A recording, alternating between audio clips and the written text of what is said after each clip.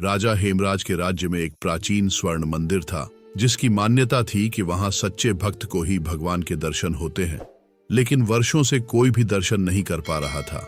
एक दिन एक वृद्ध साधु राजा के पास आए और बोले, राजन, मंदिर का रहस्य जानना चाहते हो? राजा चकित होकर बोले, हाँ, क्या कारण है कि कोई दर्शन नहीं कर पा रहा? साधु मुस्कुराए, क्योंकि यहां आने वाले सबके मन में लालच या अहंकार छिपा है। केवल शुद्ध हृदय ही इसे देख सकता है। राजा ने खुद को परखा और सोचा, क्या मैं सच्चे मन से भगवान के दर्शन योग्य हूं? दूसरे दिन वह सादे वस्त्र पहनकर मंदिर गए। जैसे ही उन्होंने श्रद्धा से प्रार्थना की, स्वर्ण मंदिर चमक उठा और भगवान के दर्शन हुए। भगवान के दर्शन होते ही राजा हेमराज की आंखों से आंसू बह निकले। उन्होंने हाथ जोड़कर प्रार्थना की, भगवान, मैं धन, वैभव और शक्ति से घिरा रहा, लेकिन आज समझ आया कि सच्चा सुख केवल भक्ति में है। तभी एक दिव्य आकाशवाणी हुई, हे राजन, यह मंदिर तुम्हारी परीक्षा थी। जो लालच, अहंकार और मोह छोड़कर आया, उसे ही दर्शन प्राप्त हुए। अब तुम्हें एक और कार्य करना होगा। राजा ने सिर झुकाकर कहा, आज्ञा दीजिए प्रभु। आकाशवाणी हुई, इस मंदिर के द्वार सबके लिए खोल दो, लेकिन जो भी भीतर आए उसे पहले अपने मन को शुद्ध करना होगा।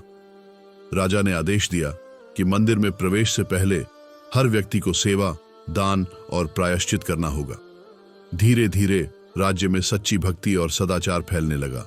साधु मुस्कुराए और बोले, अब यह मंदिर केवल सोने से नहीं बल्कि श्रद्धा से भी चमकेगा। राजा हेमराज के आदेश के बाद स्वर्ण मंदिर के द्वार सभी के लिए खोल दिए गए, लेकिन प्रवेश से पहले हर व्यक्ति को सेवा, दान और आत्मशुद्धि करनी पड़ती थी। धीरे धीरे लोगों का हृदय बदलने लगा और राज्य में सच्ची भक्ति व सदाचार की लहर फैल गई।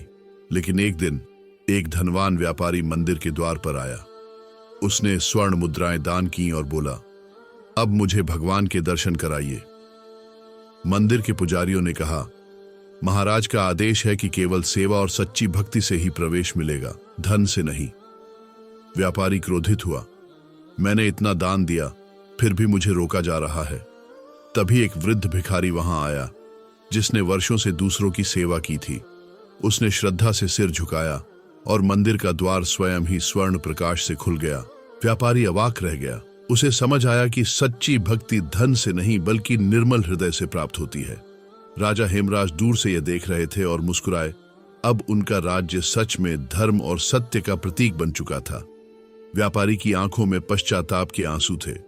उसने हाथ जोड़कर कहा, मैंने सोचा था कि धन से सब कुछ खरीदा जा सकता है, लेकिन आज समझ आया कि ईश्वर केवल सच्ची भक्ति और सेवा से प्रसन्न होते हैं। वृद्ध भिखारी ने मुस्कुराकर कहा, धन से केवल बाहरी सुख मिल सकता है, लेकिन आत्मिक शांति केवल परोपकार और प्रेम से मिलती है। व्यापारी ने उसी क्षण संकल्प लिया कि अब वह अपने धन का उपयोग जरूरतमंदों की सहायता के लिए करेगा। उसने गरीबों को अन्न और वस्त्र दान किए, बीमारों के लिए औषधियां मंगवाईं और सेवा में अपना जीवन समर्पित कर दिया। जब उसने पुनः मंदिर के द्वार पर सिर झुकाया तो द्वार स्वयं ही स्वर्ण प्रकाश से खुल गया। भगवान के दर्शन पाकर उसकी आत्मा आनंद से भर गई। राजा हेमराज ने यह देखकर घोषणा की, अब यह मंदिर केवल पूजा का स्थान नहीं बल्कि सेवा और प्रेम का प्रतीक बनेगा। साधु मुस्कुराए और अंतर्धान हो गए। स्वर्ण मंदिर की आभा पहले से भी अधिक चमक उठी, क्योंकि अब वह सिर्फ सोने से नहीं बल्कि सच्चे प्रेम, सेवा और भक्ति से जगमगा रहा था।